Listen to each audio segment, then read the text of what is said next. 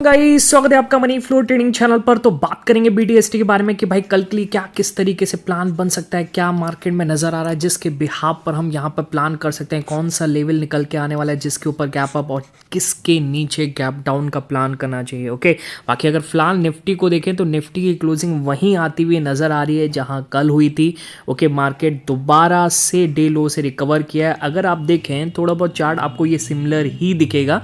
ठीक है, निफ्टी जैसे लास्ट डे की अगर बात करें तो इसने 22,800 लगाया था और आज भी लगभग 22,802 के लगा करके और वहाँ से थोड़ा रिकवरी देखने को मिली और अभी मार्केट 22,950 के आसपास खड़ा हुआ है। ठीक है, ओके। अब कल तो यूएस मार्केट ऑफ था, आज मार्केट खुलेगा, किस तरीके से बिहेविएशन होगा वहाँ पर वो सारी चीज़ हम इस वीडियो में डिस्कस करने वाले हैं। साथ के साथ क्या ग्लोबल क्यूज़ यहाँ से इंच अप हो रहे हैं उसको भी हम डिस्कस करेंगे और लर्निंग चैनल का डिस्कशन क्या किस तरीके से आज हमने प्लान किया। खास ट्रेड नहीं हुआ मार्केट में, अपसाइड का ट्रेड तो हमने बिल्कुल भी नहीं प्लान किया। एक बार हमने किया 920 के आसपास, पर वहाँ से एसएल कटा, चुपचाप बाहर हो गया। क्वांटिटी भी कम थी क्योंकि भाई अपसाइड इस जोन में लेने से डरना चाहिए। ठीक है, चलिए बाकी मार्केट रिकवर कर रहा है। ओके, ग्लोबल क्यू से मैच करने की कोशिश कर रहा होगा। तो वीडियो स्टार्ट करने से पहले अगर आप मेरे चैनल पर नए हैं तो सबसे पहले तो चैनल को सब्सक्राइब कर लीजिए, साथ के साथ बेल आइकन को प्रेस कर दीजिए जिससे you will never miss the update. जो भी वीडियो मैं अपलोड करूंगा आप तुरंत जाकर के देख सकते हो और अपनी स्ट्रैटेजी बना सकते हैं। एक चीज़ याद रखिएगा, अगर आप मेरे व्यू पर प्लान करें तो आपको पता होना चाहिए I am not SEBI registered, मैं सेबी रजिस्टर्ड नहीं हूँ। तो प्लान करने से पहले अपने फाइनेंशियल एडवाइजर से एडवाइस ज़रूर कर लीजिएगा। बाकी अगर आप देख रहे हैं, सीख रहे हैं, समझ रहे हैं तो बहुत ही इंपॉर्टेंट वीडियोस आपको मिलते रहेंगे, तो प्लीज़ अपना प्यार बनाए रखिए। ओके, चलिए अभी आपको दिख रहा होगा कि निफ्टी ऊपर जा रहा है, पर अगर आप यहाँ पर कॉल के प्रीमियम जाकर के देखेंगे तो उतनी तेज़ी से बढ़ नहीं रहे हैं क्योंकि वहाँ पर हर मोड पर सेलिंग ही देखने को मिल रही है ज़्यादातर। ओके, अगर आप देखें तो यहाँ पर जो प्रीमियम था और यहाँ पर जो प्रीमियम था लगभग उस मतलब यहाँ पर जो प्रीमियम था और ये जब ऊपर गया तो उसके बराबर ही था, यानी बढ़े नहीं थे। 30 मिनट के अंदर कुछ भी नहीं बढ़ा। ओके, साइडवेज में फंसा रहा। ओके, और अभी मेरे हिसाब से मैं इन द मनी ऑप्शन की बात करूँ, ओटीएम ऑप्शन की तो और बुरी हालत है। ठीक है, चलिए तो क्या किस तरीके से आज हमने प्लान किया। तो राइट हैंड साइड पे आपको पहला पिक दिख रहा होगा, एक फर्स्ट क्लास ट्रेड हमारा जनरेट हुआ। क्या कह रहा है इसमें 22,920 15 के नीचे डाउन साइड मूव पॉसिबल, और ये मैंने बोला 10:09। तो 10:09 का मतलब अगर हम देखें तो ये है 10:09। ठीक है, यहाँ पर आपको दिख रहा होगा, यहाँ मैंने बोला है 10:05 से 10:10 की कैंडल ये दिख रही है। ओके, और मैंने बोला है 22,920 और 15 के नीचे, तो 15 को मार्क कर लेते हैं। और क्या ब्यूटीफुल ट्रेड यहाँ से देखने को मिला, एक फर्स्ट क्लास ट्रेड जनरेट हुआ और इसने लो लगाया लगभग 22,820 का। ठीक है, 22,825 के आसपास हम फुल क्वांटिटी को लेकर के निकले क्योंकि भाई 820 801 आपको पता है काफ़ी बार मार्केट यहाँ पर सपोर्ट ले चुका है। ठीक है, तो यहाँ पर आप ये मत सोचिए कि एकदम से गिरता चला जाएगा, हो सकता है एक दिन ऐसा भी आए। ओके, पर यहाँ पर आपको मैक्सिमम क्वांटिटी तो लेकर के निकलनी ही चाहिए। ओके, चलिए अब आगे देखिए, मैंने इसमें बोला भी है, इस पिक में आपको दिख रहा होगा स्पाइक आया है जंप करके ऑप्शन। अब देखिए स्पाइक आया था यहाँ पर, ये जो ऑप्शन जंप किए थे। ठीक है, और बोल रहा हूँ ऊपर से डरो, ऊपर नहीं लेना है। ठीक है, और नीचे ही लेना, और एसएल को सीटीसी लगा दीजिए। एसएल को सीटीसी लगाते हुए धीरे धीरे ट्रेल करते हुए एक बड़ा ट्रेड हमने यहाँ पर जनरेट किया।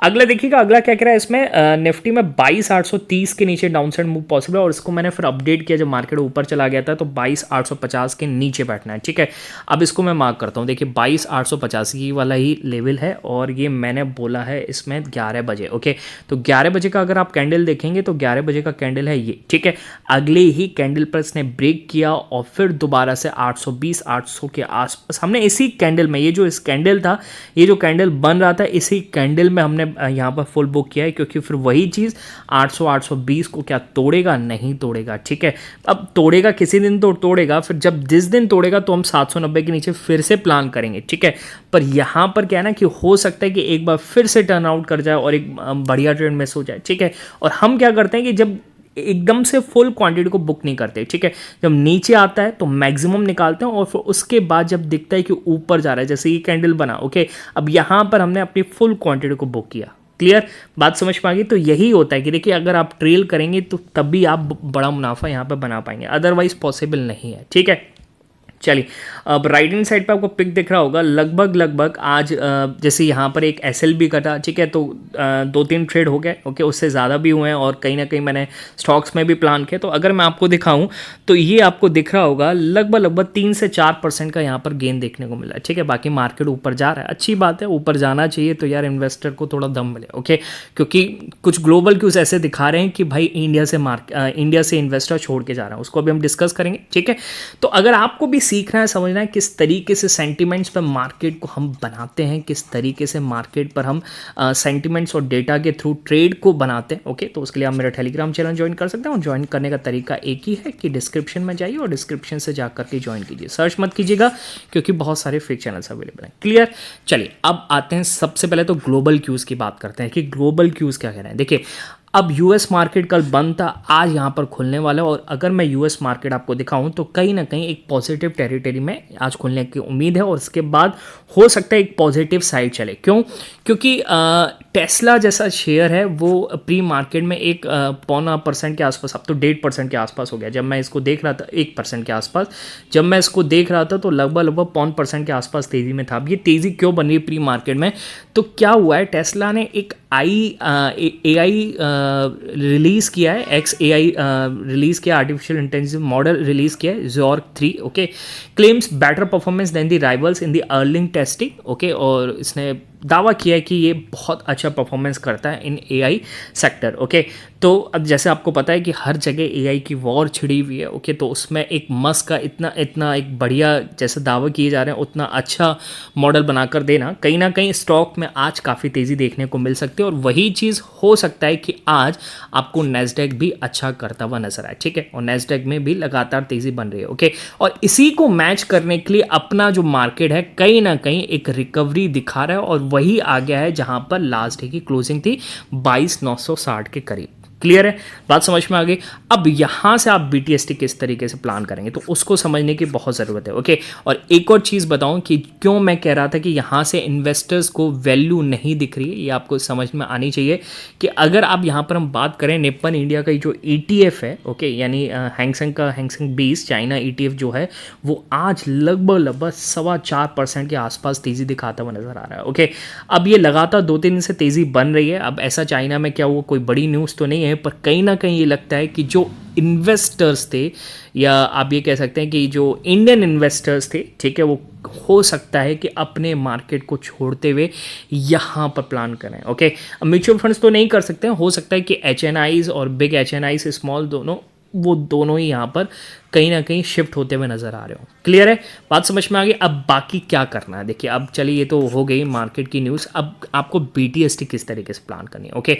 अब मुझे लगता है ग्लोबल क्यूज पॉजिटिव है और निफ्टी की क्लोजिंग अगर फिर से मैं मार्क कर दूं, जैसे कल मैंने बोला था कि अगर 22,960 के ऊपर आ रही है, ओके, तो फिर से मैं गैप अप लेकर के जाऊँगा और आज भी हम गैप अप लेकर के गए थे। आप एक चीज़ समझने की कोशिश कीजिएगा, हम गैप अप इसमें नहीं लेके गए थे निफ्टी में, हम गैप अप लेकर के गए थे बैंक निफ्टी में, ठीक है। निफ्टी तो फिर भी 4 पॉइंट पॉजिटिव चला और खुलने के बाद एक बार उसके कॉल्स ने अपटिक दिया भी होगा, ठीक है, पर उस कॉस्ट टू कॉस्ट तो जो लास्ट डे को क्लोज होते हैं उससे तो नीचे ही खुले, ठीक है। पर कहने का मतलब क्या है कि जैसे हम बैंक निफ्टी का भी लेकर के गए तो हमें सिर्फ 20 से 25 पॉइंट का ही हमें यहाँ पर डिके देखने को मिला या फिर नीचे खुला, ये आप कह सकते हैं, ओके। अब एक चीज़ देखिए, आप BTST कैरी करें तो इतना तो रिस्क आपको लेना ही पड़ेगा, ओके। और मैं हमेशा कहता हूं कि जो आप लाइव मार्केट में कमाएं, जो आप इंट्राडे में कमाएं, उस पर ही आप रिस्क लीजिए। क्लियर है, बात समझ में आ गई। तो वही चीज़ यहाँ पे हम फिर से दोहराएंगे क्योंकि 22,960 का एक रेजिस्टेंस है, मार्केट इसके ऊपर जाता है तो कहीं ना कहीं 23,000 पर जो कॉल राइटर्स है, ओके, वो वहाँ से शिफ्ट होना शुरू करेंगे, वो 23,200 पर जा सकते हैं, ओके। तो फिर वही चीज़ हमें एक गैप अप दिला सकती है और जैसा ग्लोबल मार्केट भी हमें सपोर्ट कर रहा है और हो सकता है कि एक बड़ा इन्वेस्टर यहाँ से पोजीशन लेकर के जा रहा हो या फिर यहाँ पर 23,000 के शॉर्ट्स को यहाँ पर शॉर्ट कवरिंग करके जा रहा हो, इसलिए हमें 22,960 के ऊपर एक क्लोजिंग आती हुई नजर आए, ठीक है। मेरे मतलब को समझने की कोशिश कीजिएगा, मैं क्या कहना चाह रहा हूँ। नहीं समझ में आया तो एक बार ये 5-7 मिनट फिर से रिपीट करके समझने की कोशिश कीजिएगा, ओके। अगर आप यहाँ से डाउन साइड का प्लान करना चाहते हैं, ठीक है, अगर मैं डाउन साइड की बात करूँगा तो देखिए डाउन साइड आपको यहाँ पर नहीं करना है। देखिए डाउन साइड आप करेंगे जब निफ्टी की क्लोजिंग 22,880 के नीचे आएगी, तो मैं यहाँ से कुछ शॉर्ट्स कैरी करके जाऊँगा। क्यों? क्योंकि हो सकता है कि बड़ा इन्वेस्टर यहाँ से और शॉर्ट्स इंक्लूड किया और उसको 880 के नीचे लाया, और हो सकता है कल अगर 20, 25, 50 पॉइंट गैप अप भी खुला, वहाँ से फिर शॉर्ट साइड पे और यहाँ पर क्रिएशन शॉर्ट्स क्रिएट होते हुए नजर आए और मार्केट को नीचे ले जाया जाए। ठीक है, बात समझ में आ गई? ओके, तो गैप डाउन अगर आपको लेना है तो 22,880 के नीचे ही ले जाना, और अगर आपको कॉल साइड जाना है, गैप अप ले जाना है, तो आप ले जाएंगे 22,960 के ऊपर। ठीक है, बाकी मैं क्या करूँगा, इन दोनों लेवल्स के बीच में क्लोज होता है या फिर 960 के आसपास आता है, फिर मुझे क्या दिख रहा है सिस्टम में या डेटा में, ओके, वो मैं अपने टेलीग्राम चैनल पर इन्फॉर्म कर दूंगा। मिलेंगे नेक्स्ट वीडियो में, तब तक के लिए बाय बाय, टेक केयर।